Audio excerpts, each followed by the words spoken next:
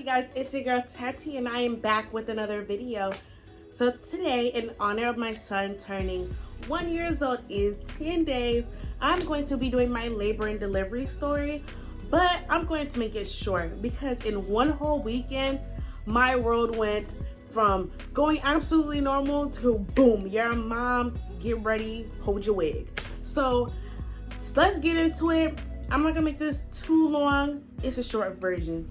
And before I get started, don't forget to like, comment, and subscribe, and turn on that post notification bell to see more of me and to know when I upload. Cause why wouldn't you want to know when I upload? Okay. So starting off, January 15th of 2021, my doctor directly admitted me into the hospital from her office because I was having preeclampsia-like symptoms, which were high blood pressure, weight gain, overly swelling, and in my urine, the protein was 3 times the regular limit. So, boom, those right there had me in the hospital. Mind you, my baby shower was that upcoming Sunday, and I was like focused on that. I just finished my last day at work for the weekend, and I was like, okay, baby shower is the #1 priority. Boom. I get to the hospital. Well, let me add this in. So after she lets me know I'm directly admitted into the hospital, I rushed home, get a bag. I called my mom. I'm like, Mom, she's admitted me into the hospital. We gotta go. Get my bags together, go to the hospital. I'm letting them know, like, hey, I'm a direct admit from Dr. Blank. So you guys know, I don't know how that process goes, but that's what I am. They're like, okay, so what are you here for? I'm here for X, Y, and Z. I'm a direct admit from my doctor. You know, you have to make it be known that your doctor's sending you, your doctor's sending you, your doctor's sending you, because everything would already be in the charts. But now they want to sit here and act like they know everything. So they're asking me like all the mental health questions that they have to ask you when you're pregnant, when you're a mom, like, are you safe at home? Do you feel like you want to do this to yourself? Do you feel like you have help? Are you eating properly? Like all those questions they ask you. And I'm like, why y'all asking me these questions when I asked them at the doctor just an hour ago? If you would listen to me when I'm telling you I'm a direct admit, you would see it in the chart, but nobody's listening to me. And it's all the same hospital, so everything was in one chart. If I go to the hospital, everything's in one chart. Cool. Fast forward. My dress pickup was for that same day. And I'm telling my mom, like, bro, we gotta go pick up a dress. Nobody's listening to me. I'm here for hours, sitting in the same spot. I'm tired. Like, I have other stuff to do. Mom was like, calm down. You know, you have to check yourself out, check the baby out, make sure y'all good. And I said, okay, well, can you go pick up my dress? So she left to go pick up my dress, which was an hour away. So an hour away, then an hour back. Y'all, it was crazy. As soon as she left, boom, Tatiana, they called me. So they hooked me up to the baby monitor with the heartbeat, feel his movement, you know, the little thing, and gave them urine. And that was the last normal urine I had the whole time I was there. So the nurse comes in, which the charge nurse actually, she comes in and she's like, hey, you're a direct admit from Dr. Blank. I'm like, yes, I know. Thank you for telling me the obvious. What now? So then she starts telling me like about the billing and how to handle that. I'm like, I don't care about the billing. Tell me that after the fact. Right now, we gotta get this ball on the go. So since I'm admitted, I'm staying overnight. I go do an ultrasound before I go to my room upstairs. And that was the first time in 8 months I seen my son's face ever on an ultrasound. And oh my God, he was perfect already. Like his nose, his eyes, his eating, his ears, like everything was perfect and amazing. So after that, I go upstairs and they're like, okay, boom, it is this amount of time. We're starting a 24-hour urine test. So started the 24-hour urine test, and I'm drinking like those big containers that they give you. The hard plastic has the hospital on it for moms, so you can stay hydrated throughout the birthing process, the time that you're there. Cool. So I'm drinking those like every 30 minutes, every hour max. But I'm drinking because like you have to stay hydrated. Cool. So I go use the restroom, and you have to input the time and how much you outputted and all that information so they know. She goes in there, my nurse, she goes in the room and she's like, "Is this all you're peeing?" And I said, "Yes." That's it. Like, that's it. She's like, "Are you sure? Are you flushing the toilet? Are you missing the bucket?" And I said, "No, I'm not. That's it right there."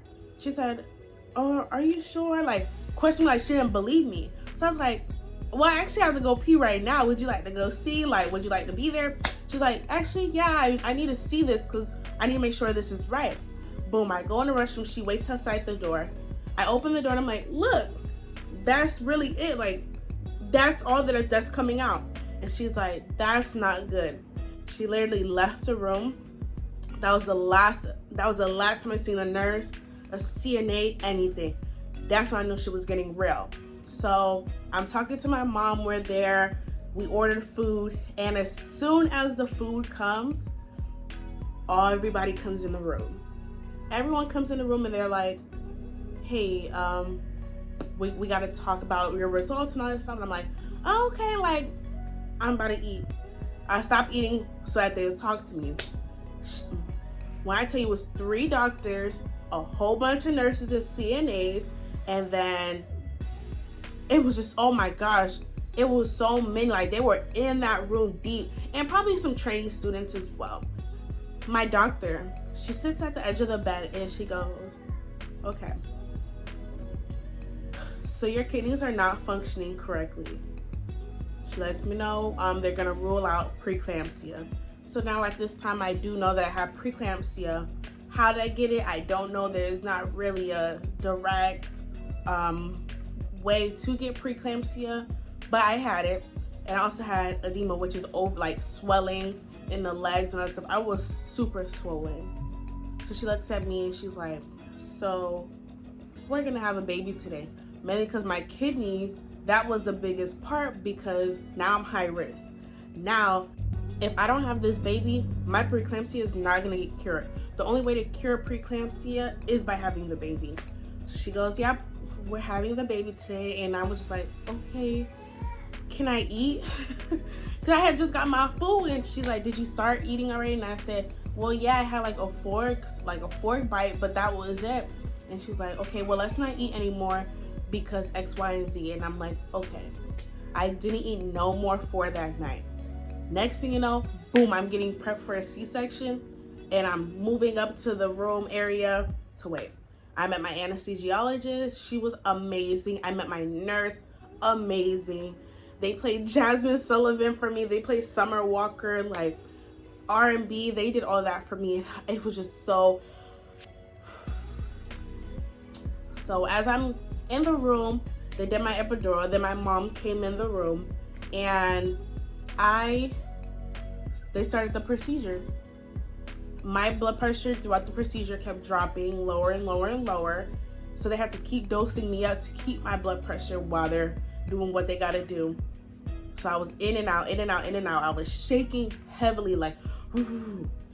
And next thing you know, time goes by, and my anesthesiologist, she's right here, like right next to me. She's like, "He has hair." She shouts it out, and I'm like, open my eyes, and she pulls down the drape, and boom, I hear crying, and I see my son, and I'm like, oh my God, like, this is real. Knocked back out. I was knocked out. They took him, they cleaned him up, weighed him, everything they had to do, and my mom is screaming, "Oh my God." I have, like, she was taking pictures, but on the live picture, if you hold it, you can hear her voice. And it was like the best feeling ever, and they put him on me, but I was so weak. I couldn't even, like, hold him, like, oh my God, I couldn't even do that. So I just had my hand on him, and it kept falling off. But in that weekend, he actually was born the day of my baby shower, and that weekend was the weekend I became a mom. So that's a short version of it, but my due date wasn't until February 15th, which I really wanted him to come out February 14th, like a Valentine's Day, but because of the preeclampsia, which I had an idea that I did have preeclampsia ahead of time because I was in the hospital 2 weeks prior at a different hospital, which they were trash. They were no good, and I would never go back to them. I went back to them after Hat Royal. I would never go back to them again. And they were like, oh yeah, everything looks fine, but since you go to this hospital and this doctor's with this hospital, just don't come back here, go over there. I'm like, I'm gonna come back here if I want to come back here, but I don't know more, so thank you.